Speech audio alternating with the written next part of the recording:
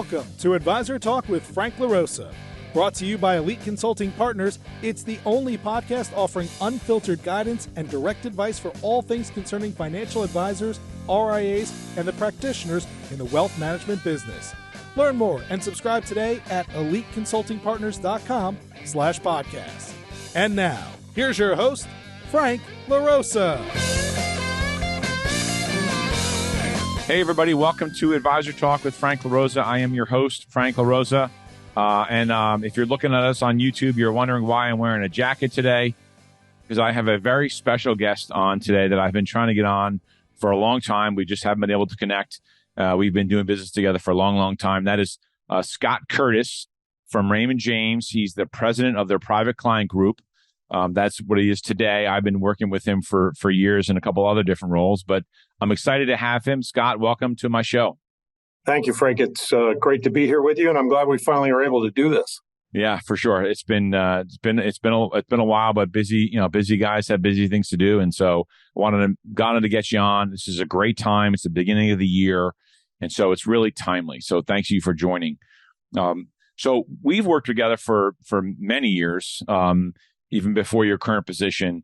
And so maybe just give my audience a little bit of a rundown and a history, you don't have to go back to high school, but, maybe just your history with Raymond James, because I believe you're coming on almost 20 years now with the firm. Yeah, it'll be 20 years this week, which I'm proud of and delighted I made the move that I did 20 years ago. It's worked out really well. When I came to Raymond James, I was given an opportunity to be responsible for a number of product areas, the primary product areas that advisors utilize. And not long after that, a few years after that, the person who had been Dennis Zank's kind of right hand for managing Raymond James and Associates Private Client Group, which is our employee advisor option, he announced he was going to retire. Dennis asked me to join him, take over a lot of his responsibilities. And so I did that for a number of years, working very closely with Dennis, effectively in a chief operating officer role. And then Dick Averett, who was known to many in the industry, he announced he was going to retire as head of Raymond James Financial Services, which is our independent contractor division, and our financial institutions division rolled into one. Dick announced he was going to retire. Paul Riley and Chet Helk asked me to take over or consider taking over the head of the independent advisor business, which I did. And after having been in that role for about 6 years, a little over 4.5 years ago, I was promoted into this role where I'm responsible for all of our affiliation options and the support areas, the product areas, educational resources, et cetera, that support our advisors and their clients. And it's an organization where I'm proud to come to work every day and proud of the organization that I'm a part of, and then I represent all the associates, the advisors when I go home at the end of every day. It's really been a special treat, and at this time of year, this is when people wish they lived in Tampa Bay. The people who are up north, it's a nice place to live. Right. Other than if you're an Eagles fan and you're watching them play in the conference championship. So, yeah, had to get that in there, right? So Go Birds, go Eagles. So you mentioned something, and part of this is Raymond James is a very well-known firm. We all, a lot of us know it. We've been working with you for a long, long time. But there's a lot of people out there that may not understand what some of the things you just said, right? Our independent channel, right? You mentioned a couple of different channels, affiliations. Can you just give our listeners just a snippet of what do you mean by that in terms of the types of affiliation options that someone might have if they're considering Raymond James? Yeah, well, and this is true now, Frank. This is true whether you're in the UK as a wealth manager, advisor with Raymond James, whether you're in Canada, or whether you're here in the US. We have an employee affiliation option, independent advisor affiliation option, and in all of those jurisdictions. And what it means is that we will support you with the same set of resources, the same set of tools, technology tools, et cetera, regardless of how you choose to affiliate with us. So if you want to be an employee advisor working in a traditional branch, you can do that. We have those options. If you prefer to be an independent business owner, you can affiliate with us in that model as well. If you're an independent RIA running your own firm, you want to custody assets with us, you can do that as well. And we have, that's a very fast growing business that we have. And if you're part of a financial institution, whether it's a credit union or a bank, we have advisors, we have relationships with financial institutions all across the US, and we have advisors who choose to affiliate with us in that way. So our position is we respect your independence as an advisor. You choose to affiliate with us however best suits your business. And as long as you're a client first focused advisor, we're interested in having a conversation with you about whether we might be a good fit for your business. Right. I always say to advisors, the Raymond James story is figure out if it's the right firm for you and then decide how you want to get paid. That's right. Yeah, that's good. And today we have, as you know, Frank, we have a little less than 8,000 advisors domestically here in the U.S., but right around that number. A little more than half are independent and a little less than half are employee. Right. So interestingly enough, that's even though many people describe Raymond James as a regional firm, you're bigger than a couple of wirehouse firms that I know of. So, congratulations. We're in all 50 states, Puerto Rico, and Guam. Yeah. Yeah. That's another thing people don't realize that people are always shocked with. You have a very, very strong international exposure that people don't realize. So when some people are getting out of the business, you're all getting into the business, and we've had some success with you with some of our international clients. So we appreciate it. Yeah. And as you know, Frank, too, we've been pretty selective in terms of which jurisdictions we're comfortable with advisors doing business. Yeah. So we work collaboratively as a team to make sure that we're comfortable with the business. And if there are certain jurisdictions we're not comfortable with, we're very clear up front with the advisors about those where we're not comfortable. And then they have to decide whether they want to, if they're interested in affiliating with Raymond James, do they want to keep those relationships, or are they at a point in their career where they're okay exiting those relationships? And we leave that up to the advisors.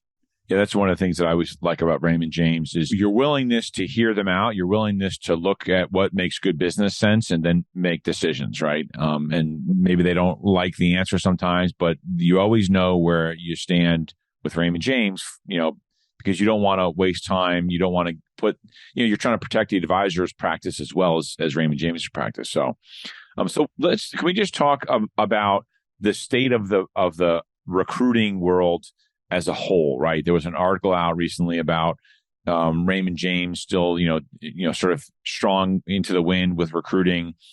From your perspective, and interest rates are rising, or maybe they're going to come back down. There's people talking about, going up, coming down, markets a little bit choppy.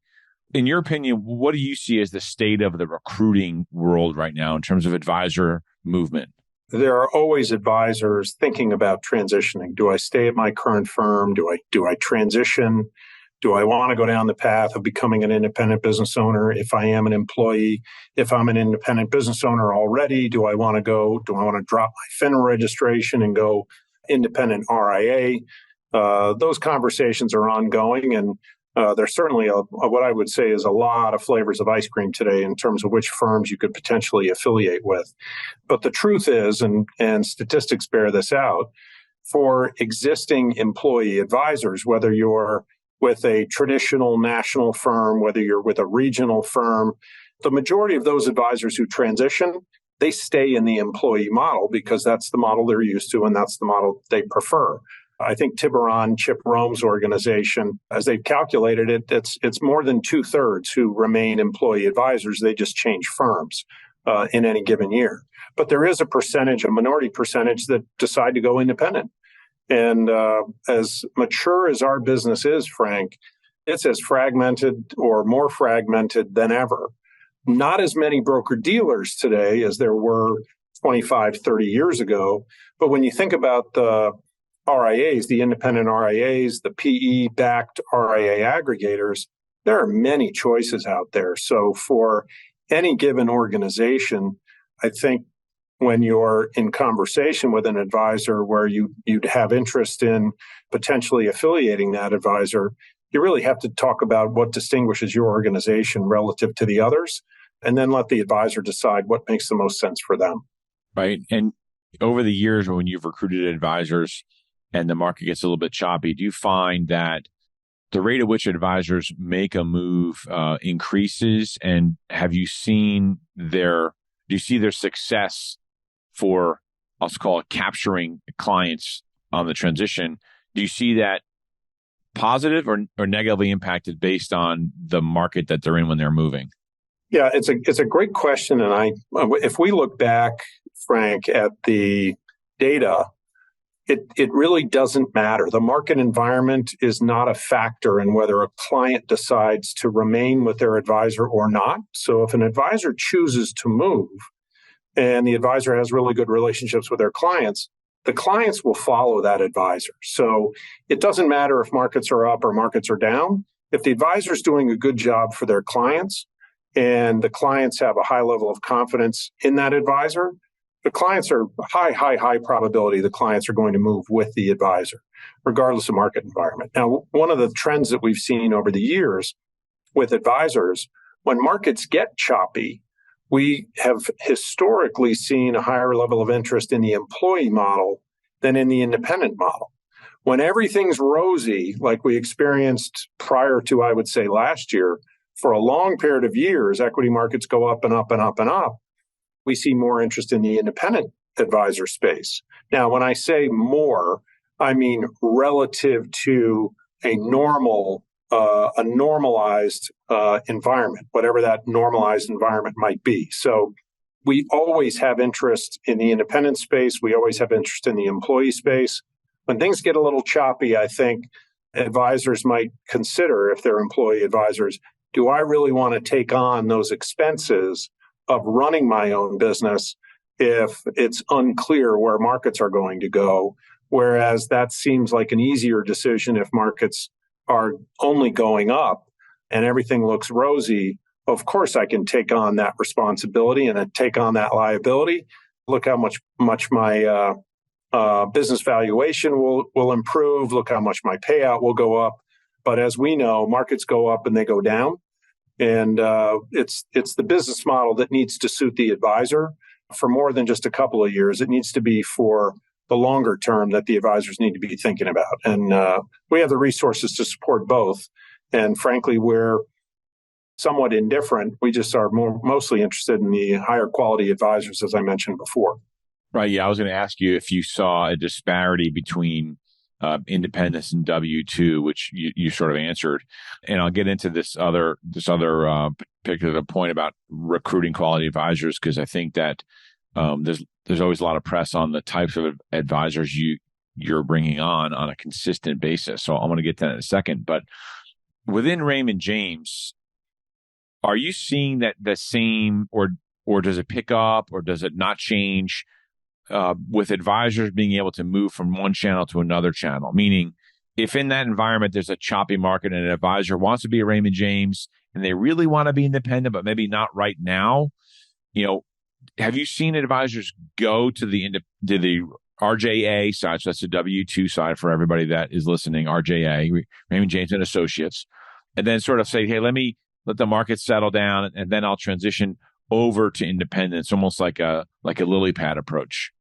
Yeah, I consistent with what I said a minute ago. When markets are choppy, worse than they are right now. I mean, I would say right now markets have come down, but I don't know if I would describe the current environment as choppy. I would describe it as uncertain. Yeah, I wouldn't either. It's like a ripple, maybe. Yeah, it's uncertain right now. But let's find a time though when markets are not uncertain. They're always uncertain. If advisors are if they're employee advisors today, W-2 advisor today, seriously considering becoming an independent business owner, or they have others on their team, which is often what we find, the younger advisors on their team, the people who will become the successors, those tend to be the advisors who are more interested in exploring independence than the advisor who maybe has been at it for 35 or 40 years and is used to the employee model. Walking into a branch, they don't have to worry about the technology or the office space or the lease or anything else. It's the younger advisors who tend to push a little bit more toward independence, but not in all cases. But we see that certainly more often than somebody who's been an employee advisor for 40 years and says, hey, I think I want to be an independent business owner now. That just doesn't happen that frequently. Yeah, they just don't have the runway to make the economics work on sort of candidly taking up the big upfront check versus the higher payouts and candidly better payouts and economics over time. So I for sure see that. But let me just talk about your success, your success, and we've had a lot of success together, but Raymond James' success that's constantly posted. How are you able to maintain this consistent success of quality teams, multi-million-dollar teams, quality firms? How are you able to continue to be at the top of the list in terms of, year after year, having some of the best hires, not just the number of hires, right, but the size and quality of those hires? How is it that Raymond James across the board has been able to do that on a consistent basis? Like, what's the special sauce, if you can give us that? But I know you won't, but that's okay. I love the question, Frank. It starts with our philosophy and our values as an organization, which begins with client first. Do what's right for clients first. And from my perspective as the head of the private client group, advisors are my clients. And for all the rest of the folks on the senior leadership team and on the leadership team, advisors are our clients, and we try to treat them as our clients. Without them, we don't have any end clients. And we also respect that the end clients are the clients of the advisors. As much as they're the clients of the firm, they're first the clients of the advisors. So we don't ever overstep and insert the firm in between the clients and the advisors. They're the clients of the advisor, and we stand true to that. We also stay focused on the long term, and we don't try to make adjustments for the next 6-month period or the next 12-month period that we might have to undo in 6 months or undo in 12 months. We think long term about the decisions that we make today will probably impact our business 3 years from now, 5 years from now, as much as it might be next year where there's an impact. So, and we tend to take a more conservative view. So when you combine all those things together, as you and I have talked about, they add up to what results in what we call Raymond James culture, which is a little bit unique, as we understand and talking with other advisors, in terms of how we manage. We have all the resources to compete with the very largest firms, support the advisors so that they can deliver the best experience, the most efficient experience possible for their clients, run their businesses efficiently and effectively, making sure they're on the right side of all the regulatory boundaries. And we do those things day in, day out. And if we do that and we deliver a satisfactory, more than satisfactory experience for the financial advisors, the advisors will stay, they will tell their friends, and hopefully their friends are just as high quality as they are. And hopefully we'll have an opportunity to have a conversation with those advisors. And as you know, the door is open for any advisor who chooses to no longer associate with Raymond James or be affiliated with Raymond James. If they choose to leave, we will not go after their clients. We'll actually assist them with wherever they want to go, provided there hasn't been wrongdoing. They haven't broken any regulations. They haven't broken any rules. We will respect their decision and wish them well. And what we've seen is over time, a number of those advisors who've chosen to leave have come back because they want to get back to that environment that they appreciated previously and the resources and capabilities that we have to support them and their clients. Yeah, I think that it's something that is hard to recreate, especially overnight. What I found with my experience working with clients with Raymond James, you take a very methodical approach to hiring. There are some firms that sort of, I call it chasing the rabbit, where they throw out deals, like right. just, like it's candy, and they change on a whim and all that other stuff. And then maybe they regret some of those deals down the road. Maybe they're getting advisors that are good people and, they have a decent practice, but not joining for the right reason. And so you can see it in your numbers, in your low, what I call regrettable attrition rate, right? It's probably, it's always been less than 2%. I don't know if it's actually less than 1%. Right. Yeah. So it's gotten even better, right? Right. So what we call regrettable attrition, right, is advisors that leave that didn't retire, unfortunately pass away. It's producers that chose to go to another firm. That's right. That's a number that most firms can't brag about. That to me is probably the best barometer, the best indicator of how are we doing. How are we doing for the advisors is that regrettable attrition number is consistently less than 1%. that just brings up actually something, and I wasn't necessarily planning on asking this question, but can you talk a little bit about, we get calls all the time from advisors that want to buy practices, right? And they want to know, well, what's the best firm to go to if I want to buy practices? I want to make that part of my business model.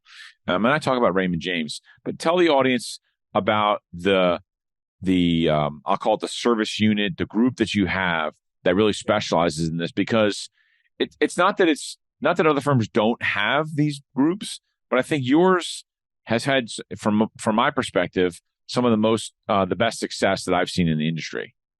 I'm glad you brought it up. We have a team of associates who are dedicated to succession planning and practice acquisitions. And that's what they do every day, all day long, is working very closely with advisors for a couple of reasons. One, to make sure that advisors have catastrophic agreements in place in case something terrible, something tragic happens to them, that their beneficiaries and their loved ones are taken care of from a financial perspective if something tragic were to happen. And then secondarily, making sure that those clients of that advisor are taken care of, and that the clients understand if something were to happen to, let's say it's me, I'm the advisor, if something were to happen to Scott, what happens to us? Who takes care of us if something bad happens to Scott?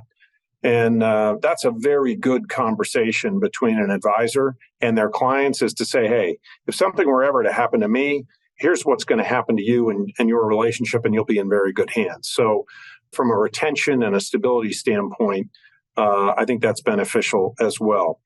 Now, on the practice acquisition side, as you know, there are at least 20 acquirers for every practice that's potentially for sale, and not everyone's a good fit.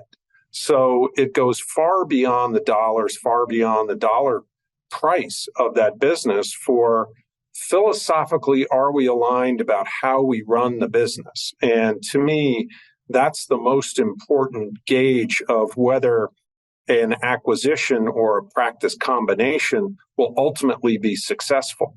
For someone who is, for example, I'll use an extreme here, an individual stock trader, and they've been doing that for many, many years, and that's what their clients value, to go from that to someone who manages discretionary models, that's not going to be a good fit for the clients. And the likelihood of maintaining those clients is not going to be high.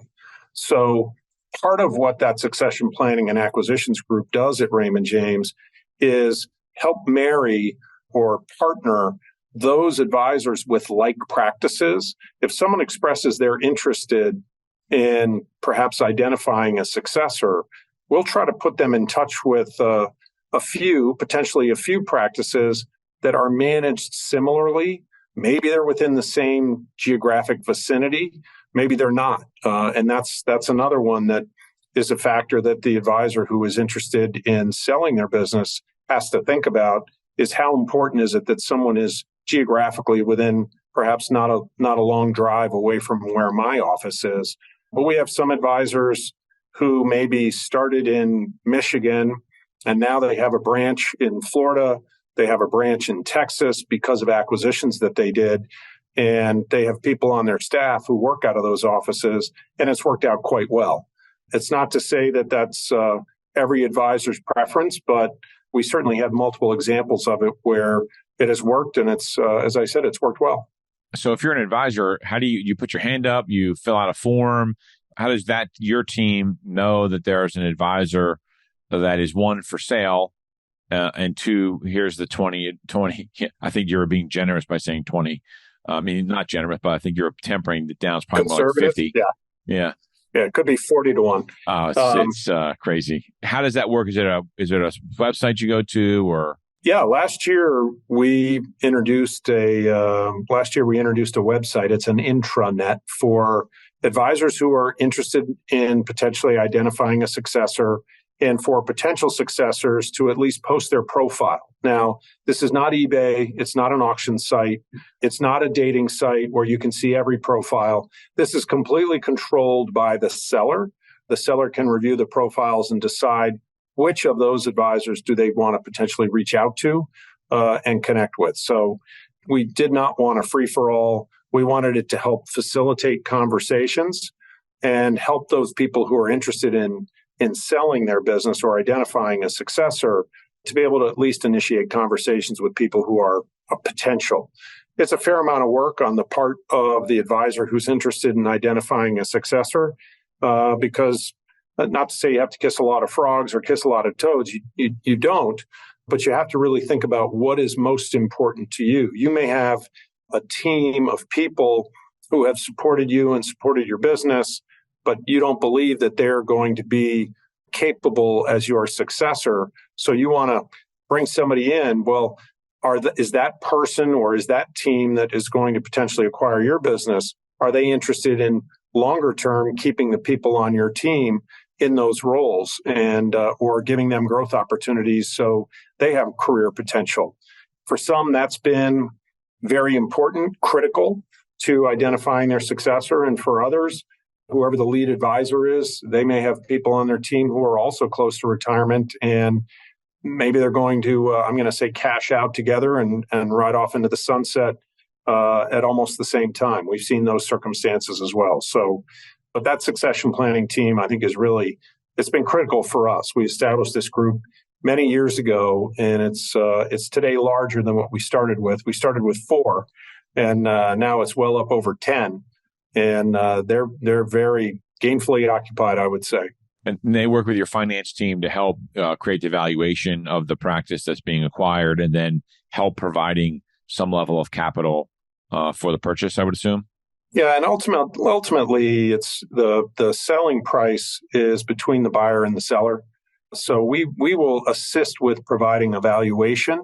We encourage them to get third-party valuations as well to understand what's out there in the marketplace. And ultimately, though, they decide and we help facilitate. We're not in a position to determine the price that's paid. That's not our role. We just give them guidance, and then ultimately we can assist pretty substantially with financing the practice, if not entirely financing the practice for someone who wants to acquire. Awesome. Hey, so in the interest of time, I want to shift gears for a second. I want to try to get in your head.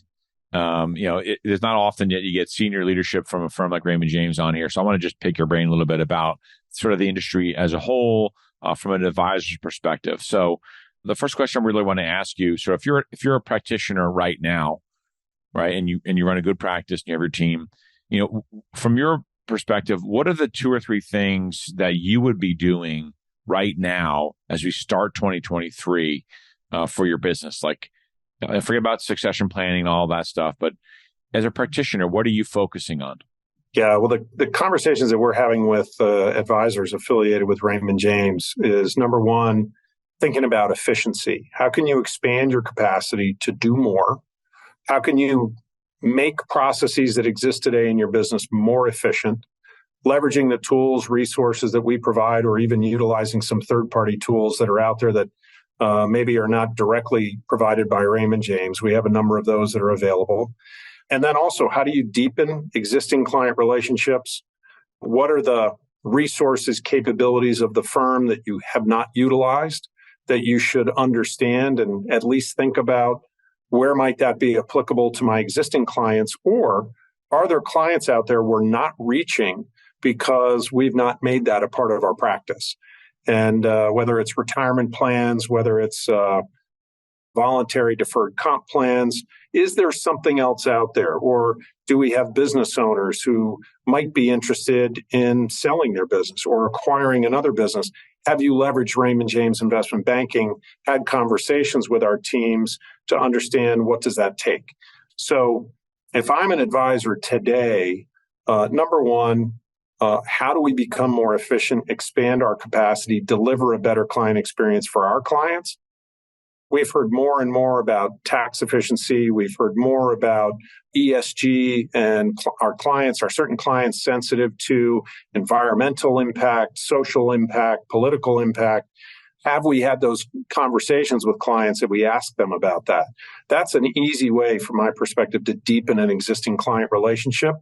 And maybe there's money somewhere else that they haven't told you about, or maybe they have friends who they would refer to you if they knew you provided that service.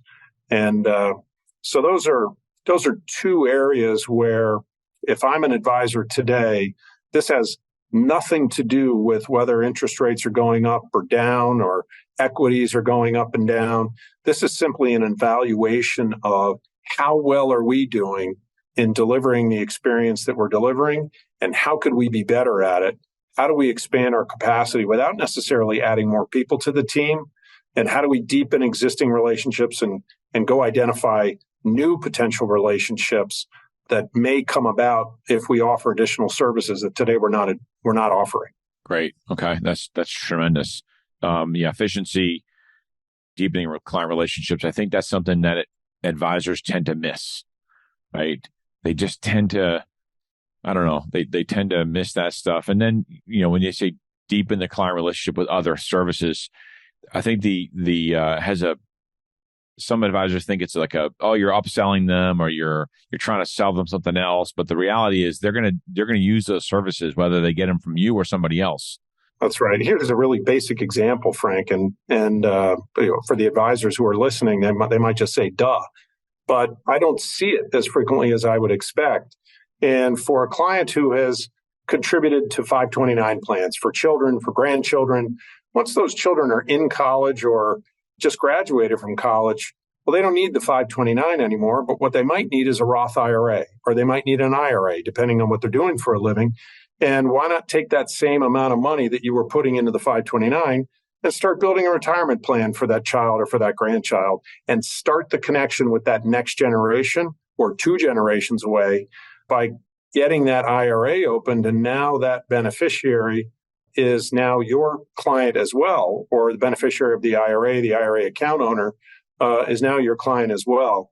And that's an easy way to reach that next generation if that's not something advisors are doing. And I think advisors would say, well, yeah, of course, that makes sense. But then when I look to see how many are actually doing it, not as many as I would think. Yeah, right, which is a common theme. So, yeah. So just wrapping up here, and just two questions. Well, there's one question, but two different examples, right? If you were to look at the industry as a whole, financial services, wealth management, what is the one thing that worries you the most? That's maybe coming down the tracks, DOL or whatever. And then what is the one thing that gets you the most excited about what's happening within our industry?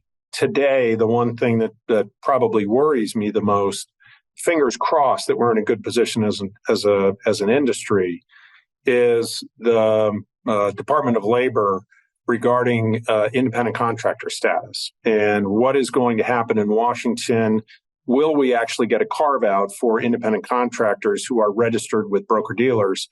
I sincerely hope the answer to that question is yes. These people are running their own businesses. We have industry rules that we all have to abide by. If they're registered with us, we simply have to enforce those rules. And I don't think that should in any way jeopardize their ability to run their businesses as independent business owners and as independent contractors of the broker-dealer. So near term, that's probably the one from a regulatory perspective that has the greatest concern, as my greatest concern, about what's potentially out there. The other regulation best interest, the other rules that are out there that we're all managing through, I feel pretty good about that. And the position that we're in right now, I think if advisors are focused on doing what's best for their clients and documenting what they're doing, I don't think that's one that people should be worried about at this point. And what are you most excited about? There are so many efficiency opportunities out there from a technology perspective, ways to connect with clients in different ways and help them. I'm really excited about how we can continue helping advisors be better at what they do, be more efficient in how they deliver. But when I think about the number of advisors retiring relative to the number of advisors coming into our business, there's a big imbalance. We talked about succession planning, but for someone who's earlier in their career in our business, they're going to have to be more efficient and have to have greater capacity than the advisors of today, the advisors of 10 years ago. And in order to create that additional capacity, they're going to have to leverage all the technology tools, or as many of the technology tools as they can get their hands on and get their team to utilize. To me, that's really exciting.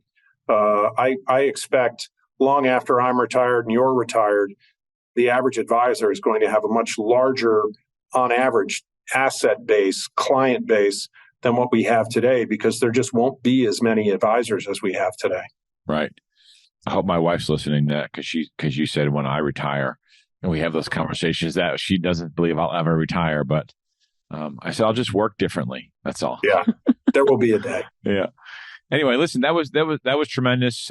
We can go on for hours, but I think that we covered a lot of stuff there, which is tremendous. I thank you very much. If an advisor is listening to this podcast and wants to get in contact with someone at Raymond James, obviously they can go through me if they wanted to. But let's just say they wanted to go direct. What's the best way to reach Raymond James? The best way is just go to the website, raymondjames.com, and I identify the appropriate link there, and that will connect you to Advisor Consulting Group. And the Advisor Consulting Group will hopefully pretty shortly reach out with a phone call or at least an email and begin a conversation. Awesome. And as always, you can email me at frank@eliteconsultingpartners.com. And I'm happy to have you talk to one of our consultants. We're north of 60 consultants strong here. So I'm sure we can help you out. This was tremendous for our new listeners. I hope you enjoyed the show. If you're a first-time listener, you picked a good one to listen to. So Scott, thank you very much. It's been a blast. It's been an honor really working with you for a long time. I started my company in 2011, and Raymond James was my first contract. Dennis Zank and Tosh Elwin and Tom Walren and Jody and you, right? I mean, like, I owe a lot to you guys. The foundation of my firm today was built with Raymond James, so I really appreciate it. It's been an honor. Thank you. Thank you, Frank. It's been a great relationship, and hopefully we'll keep it going. Yeah, definitely. Thanks a lot, Scott. Appreciate it. All right. Have a great day. Thanks, Frank. Take care. Thanks for listening to Advisor Talk with Frank LaRosa.